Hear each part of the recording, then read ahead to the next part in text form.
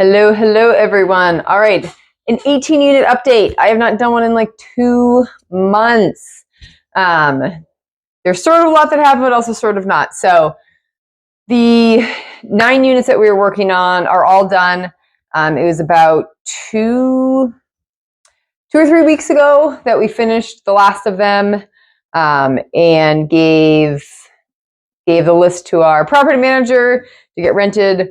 Some of the first ones, we've got 2 rented so far, so that's good. Somebody moved in April. I think 2 of them moved in during the month of April.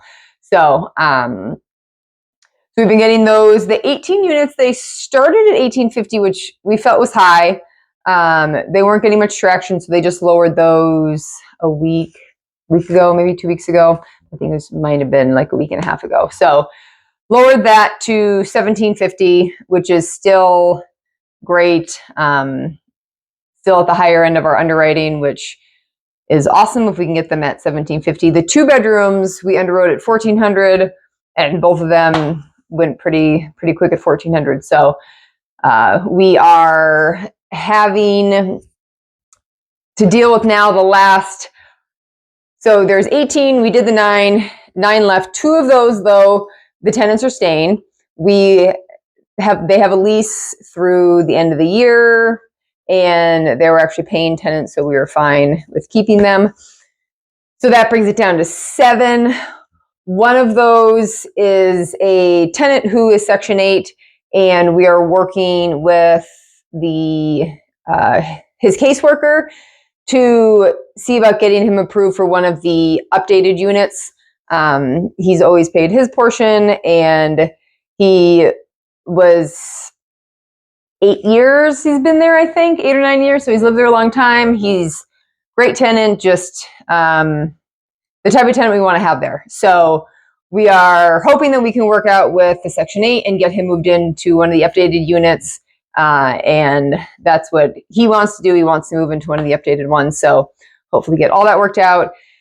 So that leaves 6. So one of them is 2 of them are from the master lease. One of them, the tenant moved out, but everyone else that was living there didn't. And as expected, the sellers are just complete scumbags. And we knew that, like, when we were doing the master lease and working with them, we found out they were scumbags at the beginning. So the fact that they're doing this was not a surprise to us. We obviously hoped it wouldn't end up like this, but we fully prepared that it would. So the one tenant moved out, but everyone else that was there stayed. And they pretty much are like, nope, not doing anything about it. Despite our contract stating the unit has to be empty and everyone has to be out, because they know that our only recourse is litigation. And that's a year and a half. Like, our attorney's done what he can do to try and enforce it and everything, and they're pretty much just being like, fine, take us to court. And we're not going to it's not worth it.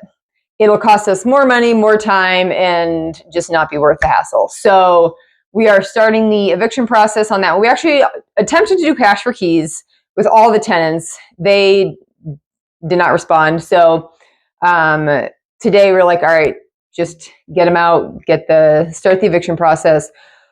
Hopefully we can get it done quickly, because we are going to be close to getting to the point where in Illinois, if it's a certain temperature, so during the winter, you can't evict someone.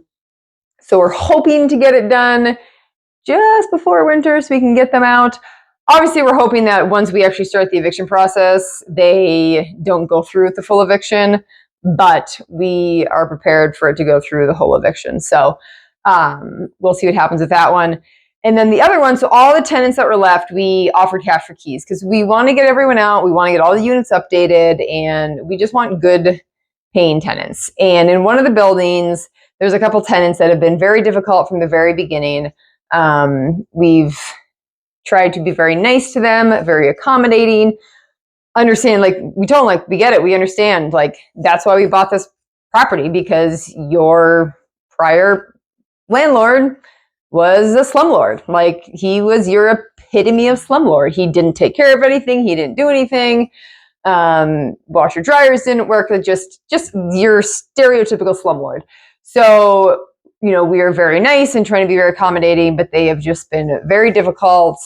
We put new washer dryers in, and then they complain that we are charging more for the washer dryers. Like, we're charging more than before, because before they were $1.50, $2, but they also didn't work. And the laundromat down the street is still more expensive than what ours are. So, we went to the laundromat that was right down the street, like a few blocks. I went in, looked to see what all the machines were, and priced it at that, because we could have charged more because the convenience of not having to go somewhere, but we didn't want to do that. We're like, we'll just put it at the lowest one that they have. So the same pricing as a laundromat, but they still complained and whatnot. So it's just been, no matter what we do, they then find an excuse. Like, they'll complain about something, we fix it, and then they just find another excuse to complain. So we did the cash for keys, and we did a tapered. So it was $1,500 if you're out by, I can't remember what the dates were, but and we just did these on Friday. So last Friday. So $1,500 if you're out by this date. A week later, it's $1,000. Week after that, it's $500. It gets to like mid-end of May. Ideally we want everyone out by end of May. That's our ultimate goal. We have not heard from a few of the tenants. The super difficult tenant, they have a family member that lives there. They're in one unit. They have a family member that lives in another unit.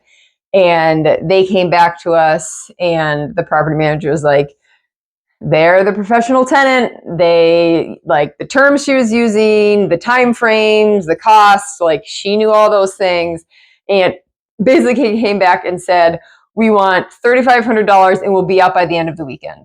And that was on, so it basically would have been like a week later. So within like a week, within like 7 to 8 days, they would have been out.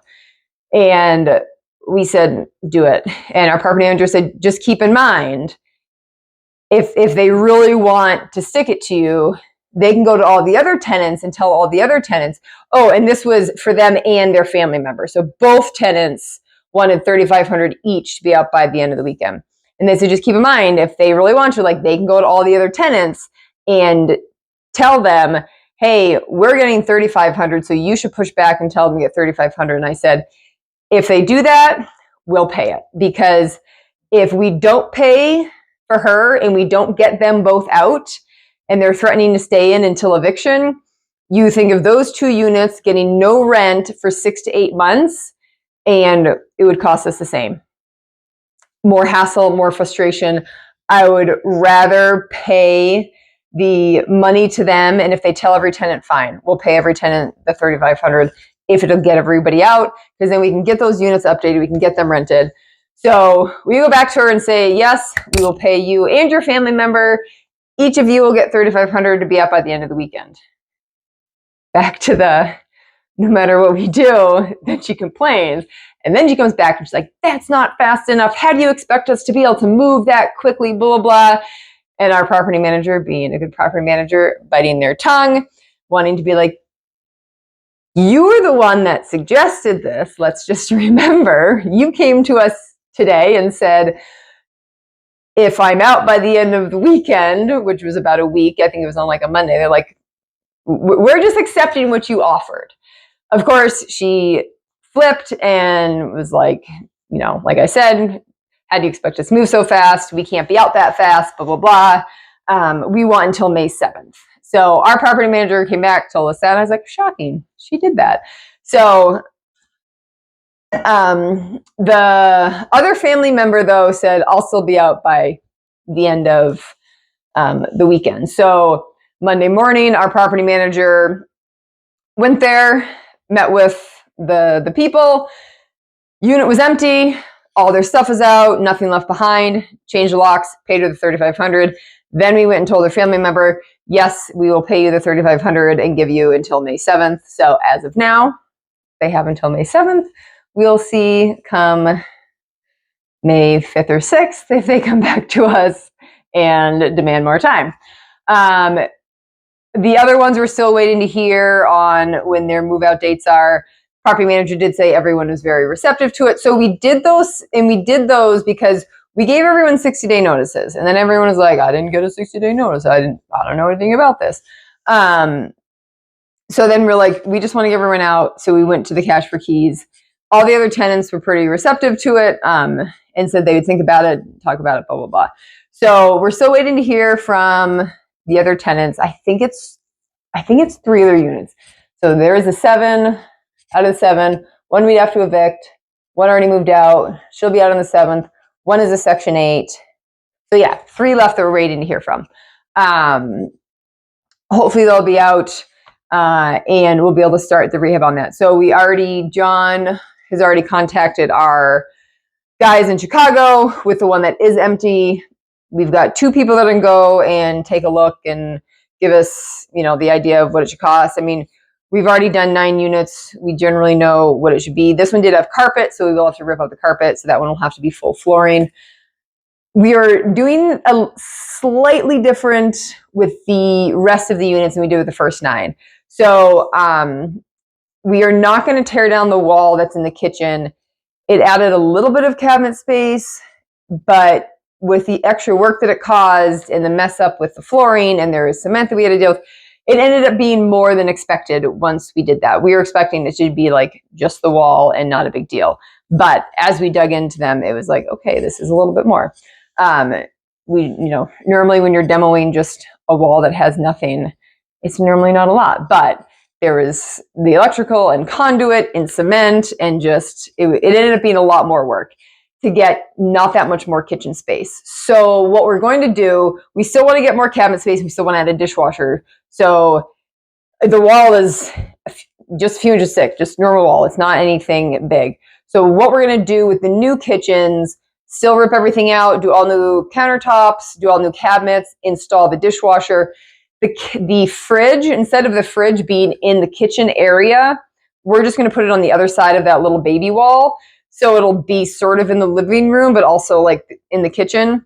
So that will allow us to add the dishwasher and give more cabinet space. So more countertop, dishwasher, more cabinets in the fridge. And we can do a bigger fridge because the spaces that they had there were for like small fridges. I think it was like 28 or 30 inch wide fridges. And when you have a 3-bedroom apartment, typically a 3-bedroom apartment, and you're having a family with kids, like you need more fridge space. So it'll also allow us to be able to get larger fridges in there for those 3-bedroom units. So that should save us some time. We're still going to do the lights, put in the lights, and do all the wiring through the wall. So every room will have overhead lights from the switch, which would be nice. They're all going to get painted.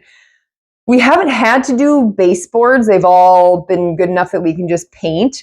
If we do come across a unit that needs the baseboards replaced, we were looking at, so as you may or may not know, there's 20 buildings within this complex, and we own 3 of them for the 18 units. One of the other units, the owner is updating them, and when we looked at them, they took out the baseboards, and they used, when you go into like commercial buildings and it's kind of that like plastic vinyl baseboard that's, I don't know, probably 4 or 5 inches tall. They put that in the units, and it actually looked really good. So they did, the walls were not a pure white, but some shade of white. And then the baseboard trim and the plastic stuff that they use, that commercial type stuff, was like a darker blue. And it actually looked, I actually really liked how it looked. It looked really nice. So when or if we get to the point of having to replace any baseboards, instead of doing the typical like wood baseboard stuff that we normally do, we're going to use that plastic stuff. Give that a try and see how it goes. Like I said, I really liked it. Actually looked really sharp in the other ones, just the contrast and that blue color and stuff. So if we have to do any baseboards, we haven't had to. So we'll see on these though. The one that's vacant right now will need a new vanity flooring, the paint. So everything else is going to be pretty much the same. The main difference that we're doing is just not having that wall taken out. Not needed, didn't really add as much value as we were hoping for the amount of work that it ended up being. If it was just the easy rip down the wall, then we would be doing it. But with the switch that was there, and it just kind of turned into way more work. So that's the only difference for the go forward units. But knowing what we know now, what we've done on those first 9 units, the rest of these should go much quicker, much smoother. The first round of ones, as I've discussed before, we started doing things, and then like the lights, for instance, we were just going to do the molding to hold the wire. So like along the wall, the wire would be along the wall with a molding on it instead of like digging into the wall. So we started having painting done and things like that. And the electrician's like, dude, for $25 more, I'll like put these right into the wall if you want. And we're like, for that much, yes. So we didn't do the best at getting quotes on things for that at the beginning, but now we know, and our order of operation is going to be much better on these, and we're excited to get the rest of these done. But what else has happened? That's kind of it. It's been, just finishing up those units, dealing with getting the tenants out, and just getting the process of when you take over a property, and utilities have been, and I still have to do some stuff for the utilities. So we had to get it all set up, and then we need to add our property manager, and we sent in the form, and the form was not perfect, so we have to do it again. So we got to deal with that. And yeah, just making sure. I need to look and see. I got a voicemail today. I think a tenant called and took the power out of that name, saying that it was bought and somebody else is paying it. So I need to call and make sure, like, which units are we actually paying right now? Because these are the only ones that we should be paying, and these are the ones that have tenants in them that should be paying the bill. So I need to call them tomorrow to get that confirmed and checked. We did have a little hiccup with the gas. So the gas stays in our name. There's only one gas meter that's not separate. So that is always paid by us. And one of the new tenants, like their proactiveness, called to get the electricity in their name, also the gas in their name, not realizing that they didn't need to put the gas in their name. They only need to put the electricity. So they put the gas in their name, and I don't know if it was the gas company that realized it, or they realized it that it's to stay in our name because it's for the whole building. Within 24 hours, it was switched back to us. Somewhere in the gas company, they took responsibility for it. They said, nope, this was an error on our part, because a week and a half later, one of the tenants called and said, I don't have hot water. And so they went over there, and there was no gas. So I called the gas company, and I told her right off the bat, I said, there's no gas to the building. The gas has been shut off.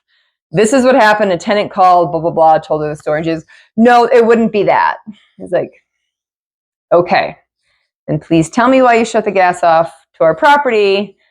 The bill has been paid. There's nothing due. And it took her about 20 minutes, 25 minutes to figure it out. And she came back and said, well, I apologize. You are correct.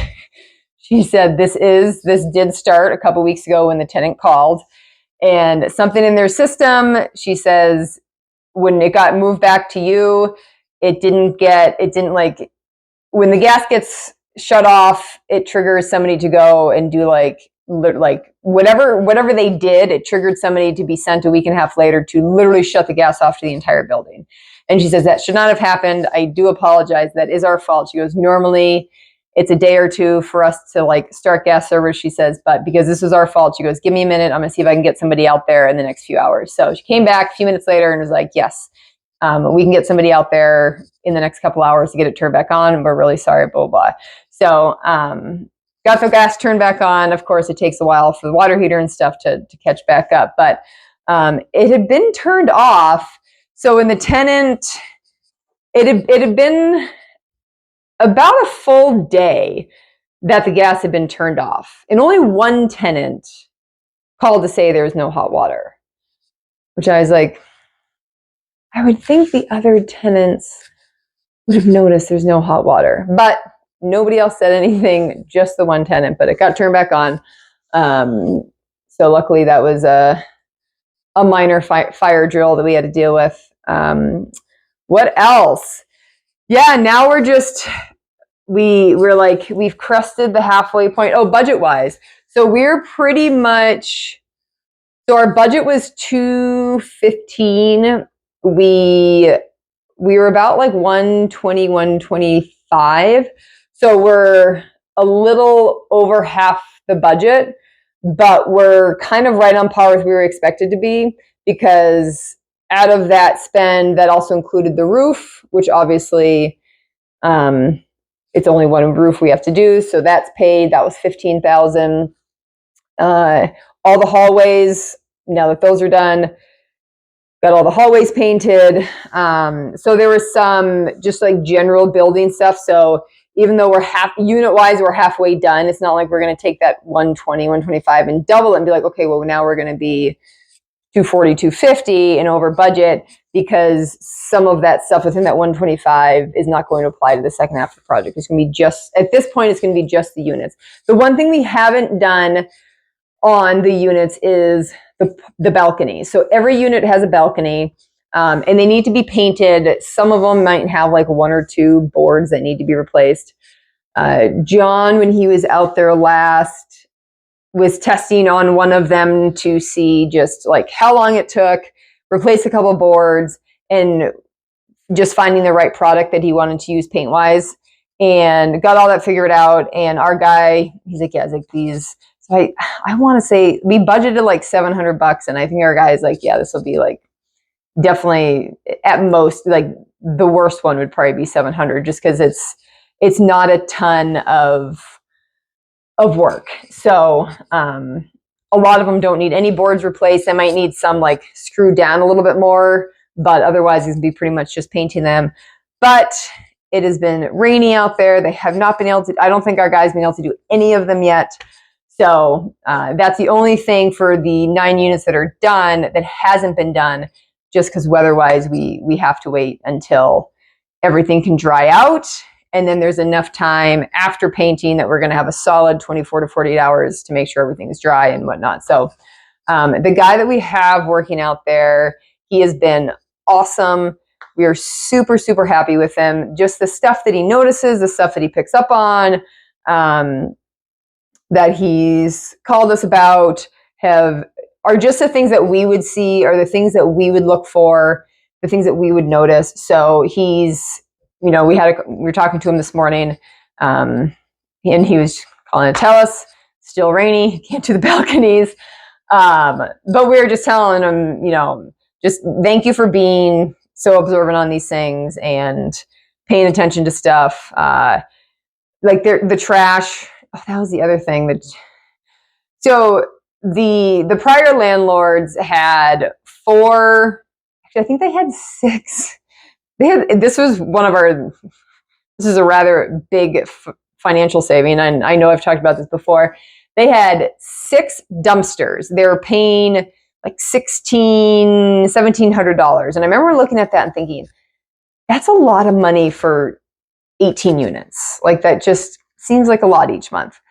And they had 6 of the smallest dumpsters you can get, all like within 15, 20 yards of each other. I'm like, calling the dumpster company, I'm like, so I know this is going to cause you to have less revenue each month. I'm like, I'm not paying for 6 little dumpsters.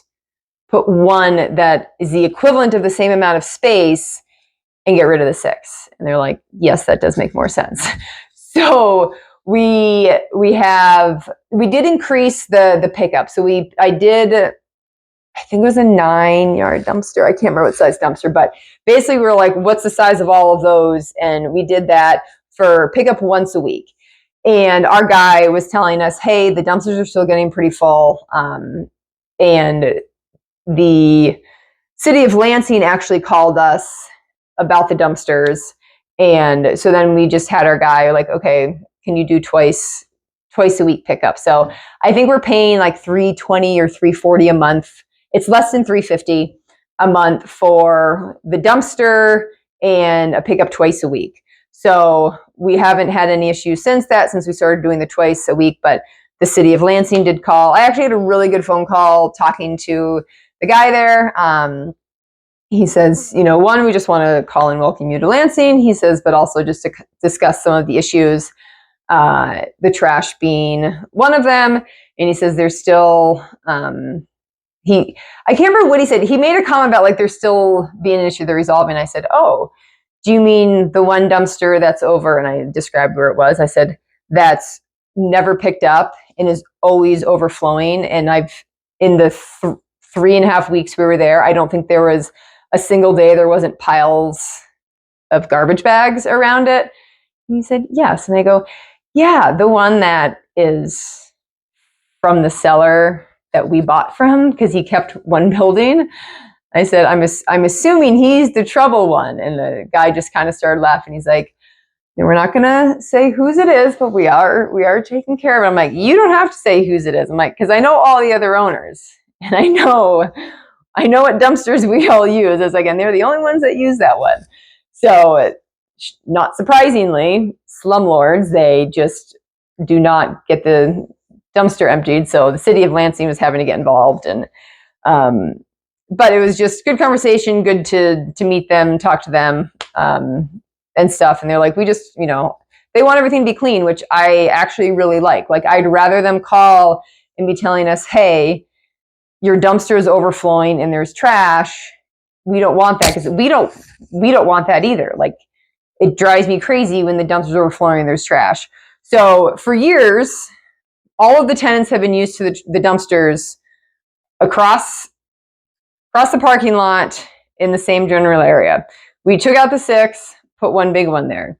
But we also had the construction dumpster there going across like 4 or 5 parking spaces.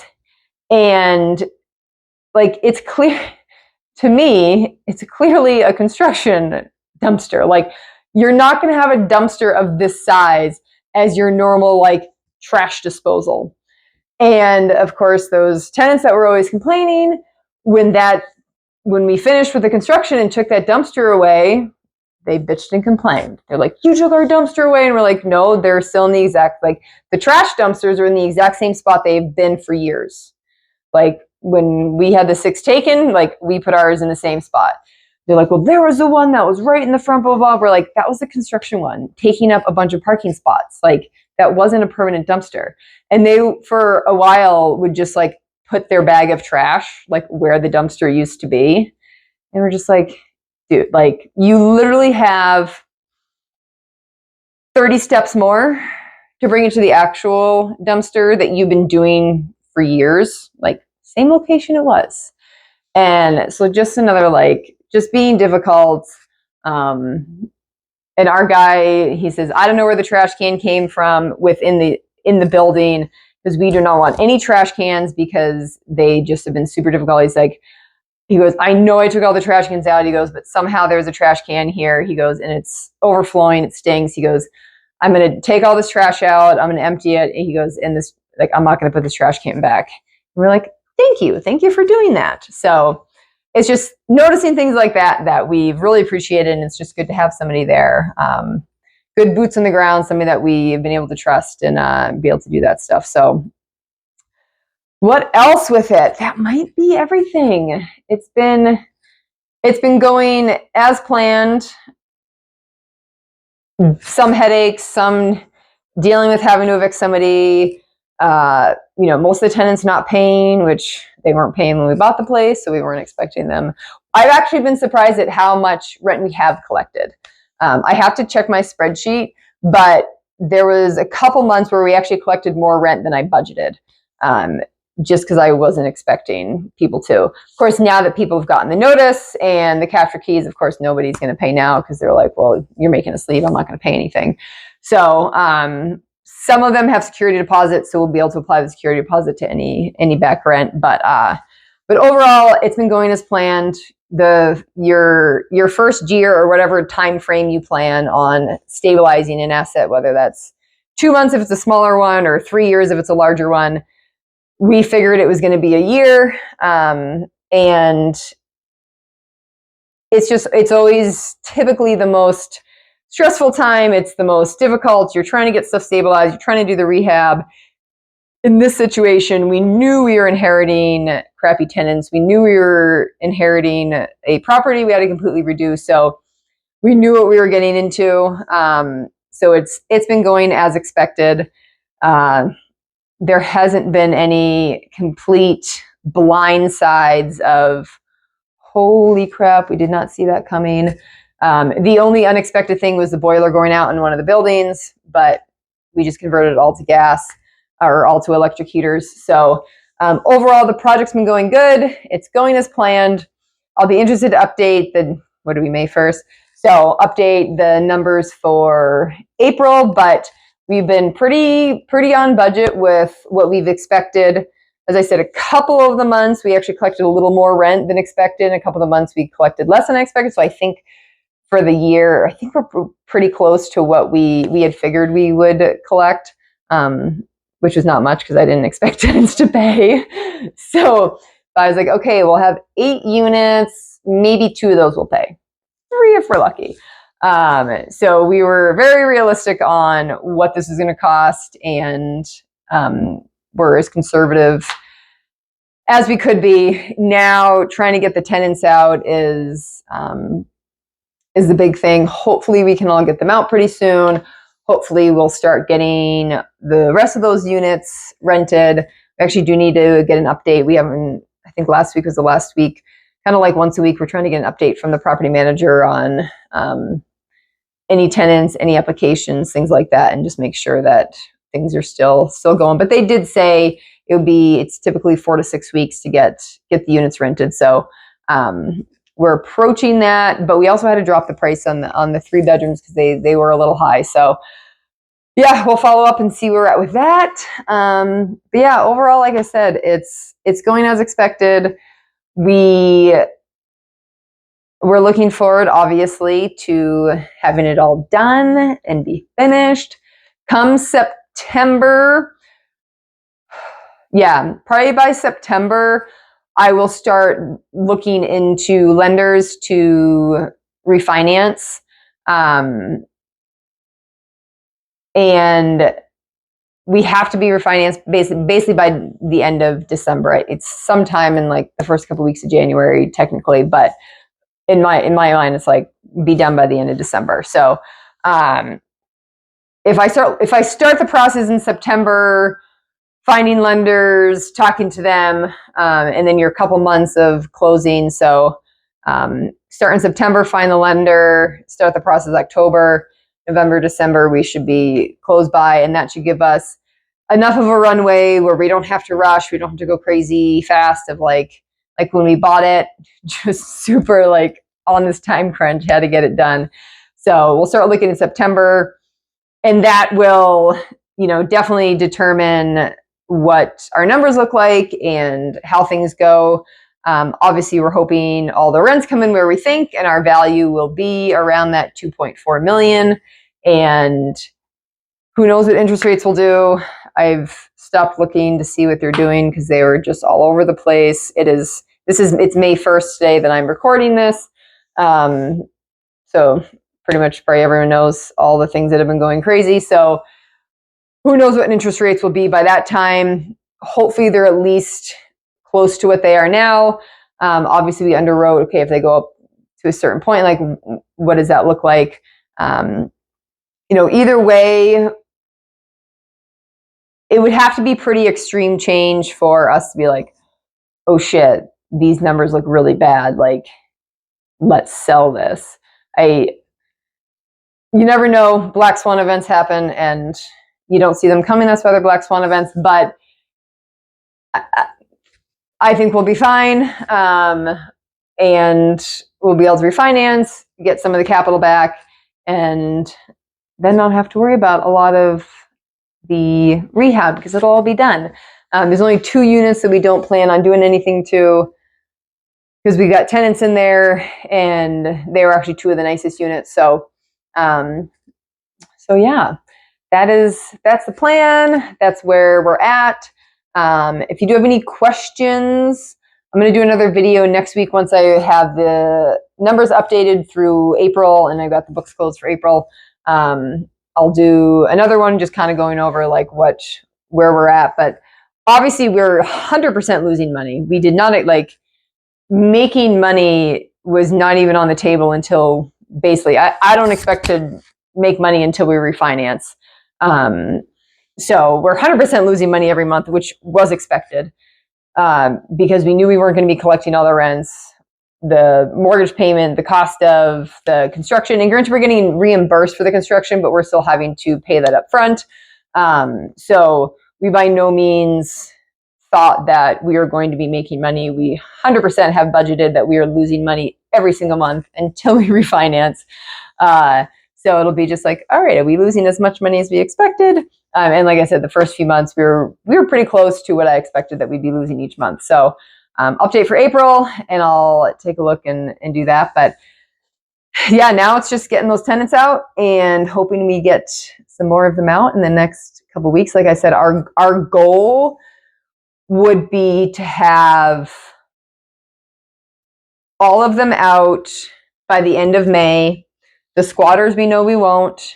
And the Section 8 guy will probably take a couple months, I guess.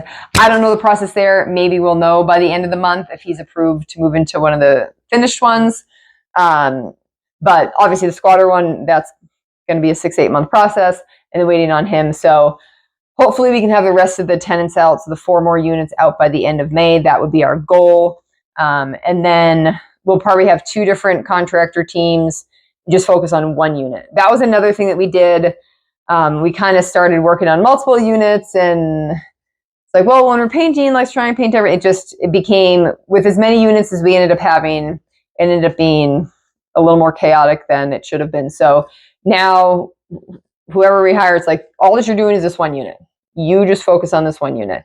And then we'll have another group doing another unit. So if we do have 2 units at the same time, they'll just be focusing on those units, and they should get done much quicker, much smoother. And also knowing the scope of work is very clearly now is going to make things a lot easier. So, but yeah, if you have any questions, if there's something you want me to talk about, something I haven't discussed that you want me to, something you want me to go into more detail on, anything like that, let me know. Put it in the comments below. Shoot me a message. I'd be more than happy to answer any questions about the project that maybe I have not answered.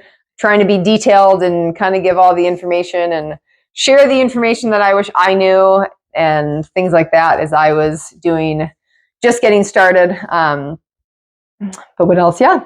So as I said, any questions, let me know. And thank you for watching. If you know anyone that would find this useful, that could be beneficial for them, that they could learn from, please share this with them, tag them, follow me. So as I do these videos, and I'm going to start doing some other videos, not related to this project, but just some videos in general. So make sure you subscribe so you get alerted anytime I post a new video. And thanks for watching, and we will see you later.